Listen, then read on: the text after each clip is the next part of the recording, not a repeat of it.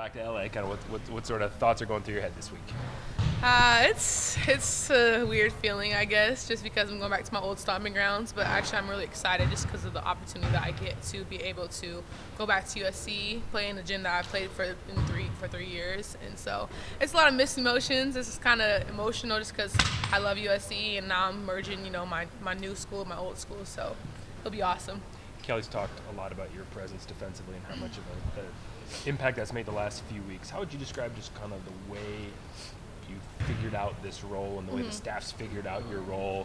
Because it seems like you guys have kind of hit on a sweet spot the last few weeks. Yeah, well, I've always been known for, defense, especially at USC. I was also an offensive, a pretty good offensive player too. But just everyone on our team can score, So it's like sometimes your shots aren't falling, and I have a smaller role in terms of I don't have to produce 25 points per game to get a win or help my team win. I have other players on my team that can do that. So it's just kind of impacting the game where I can, doing what I can. I know Oregon hasn't been known for great a defensive team, so just coming here and being able to step into that role and putting it on my shoulders and trying to be the best defensive player I can to, feel the offense, because you can, impact the offense in different ways. Does it feel like he started to run different things defensively the last few weeks because they fit better for you, or you can execute them at a different level than other players? I would just more so say pressing the other teams. I feel like just getting them out of their comfort zones and, getting some time off the shot clocks early in the game, just so that we can have less time to defend in the half court, because that's easier, obviously. So I feel like that we've been thrown into a couple of offenses like zones and man and stuff like that. So it's been a lot, but it's been working, so it's playing in our benefit. He did say there isn't much in the offense that's kind of called for you, designed for you. Is that hard to swallow, or are you liking this role that you've carved out? It's not hard to swallow, just because, our other players that are on the court with me, they draw so much attention, so that gives me the ability to be able to create and do my own thing, get to the basket, get fouled, get the free throw line or whatever like that. So, it doesn't really bother me. My teammates play well, I play well. When we get a win, I'm happy, so it doesn't really matter how many plays are called for me. Incentive to get some steals to create some get some steals, get some transition opportunities, get my teammates open. So other ways to be happy with my performances besides, plays being called. I was going to say, on the flip side of that, is it kind of nice to not have to be the sole offensive performer for your team? They got to rely on you to get 25 to win? Yeah, for sure. It's really different coming from a team where I was kind of like the focus point, and I had to do what I had to do every single game to be able to help the team try to get a win. Now, I knew coming here was going to be like a lesser role, like I said earlier, but it's cool for me. I know that my teammates do what they have to do, and I do what I have to do, and then it's like we still win, so it's like I can't really be mad. I'm really happy that we won, Are you consciously able to devote more energy to your defense because you might not have to expend so much offensively? Yeah, kind of. Throughout the season, as it's going on, I've started to realize that more. Like, at first, I wasn't as you guys probably watched a couple of games. I wasn't as, physical on the defensive end and stuff like that, because I was like, let me conserve myself for later in the game. But it's like, now I don't really have to do that. I'm going from a team where I played 38.5 minutes per game to a team where I'm playing 25. So when I'm out there, I have to give everything I can. And I feel like that's starting to come along as the season goes on. Have you been in contact at all with any old teammates at USC or coaches, or what's that been like? No, not really. Just because, I talked to my head coach here and there. Just the season's super, busy, so they're doing their own season, we're doing ours. But I talked to our head coach. I'm really close with him. I really can't wait to see him. There's only 3 people that were on my team last year, so, a couple of them are injured. So just doing my own thing. It's going to be different seeing them, but I'm really excited to be able to go back to Galen Center and play for one last What's that time. anticipation like, though, of seeing some familiar faces, probably not just from the team, but people around the program?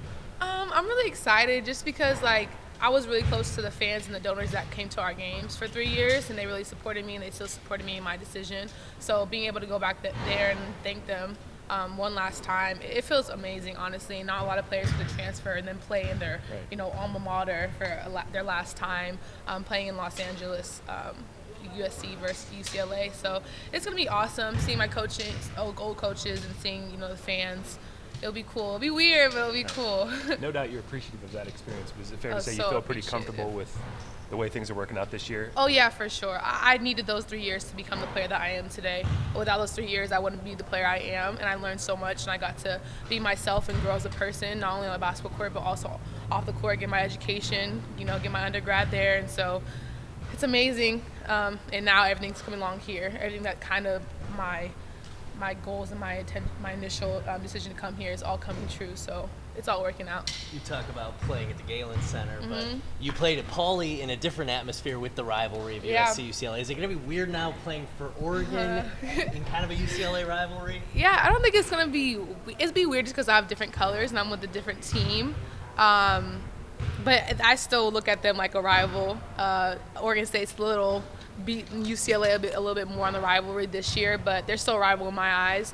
And obviously they're coming into this competition as a top 10 team, and so it's even more at stake. So I'm really excited for this matchup at Pauley, but it'll be weird, yeah. This whole weekend will be weird. Have you guys been anticipating this one as a group, the UCLA game, given the kind of season they're putting together?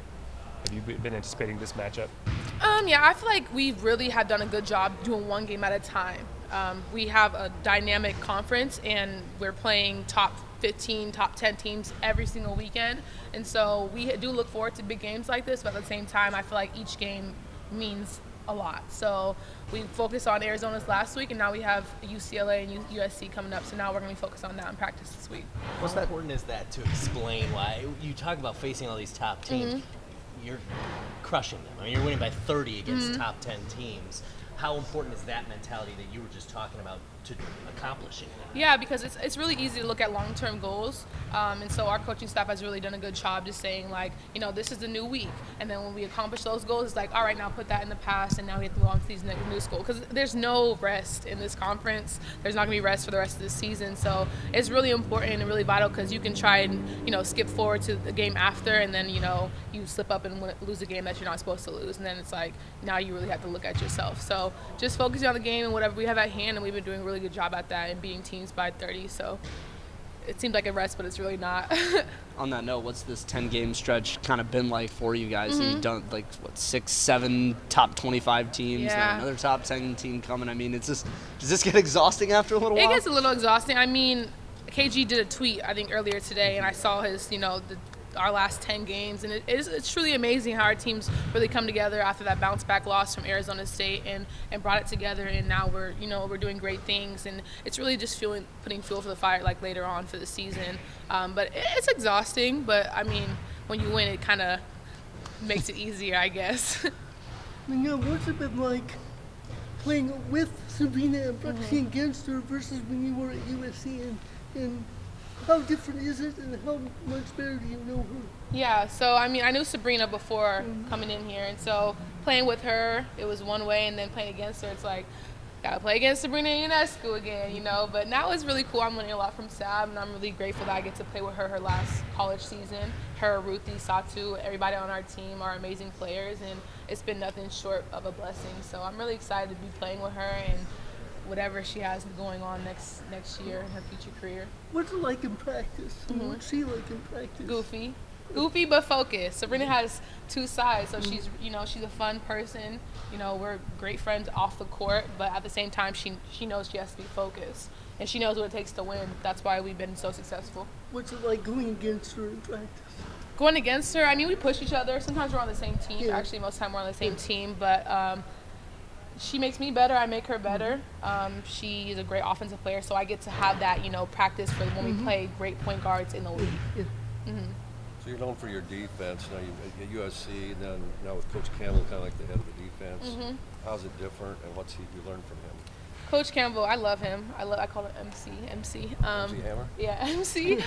He's awesome though. He's a great defensive and offensive coach, but his focus is defense. So I've worked hand in hand with him throughout the year, and he's just said, you know, be yourself, play like you played at USC, be that aggressive defensive player that you've always been. And so he's really great with the X's and O's, and he's taught us a lot of defensive schemes. He gets on our butts, and that's how we push to become better players. So I mean, I love Mark. All right, thanks. Does Sabrina ever get in your face in practice? No. Coach said after the last game, somebody asked about it, and Coach said she will get in people's faces. Oh yeah, she's not afraid to do that. I mean, she'll you know, put us in a place, and she'll get us, you know, hyped up for the game. But it's all love. We don't take it personally. But no, she doesn't get in her face in practice. She's really cool.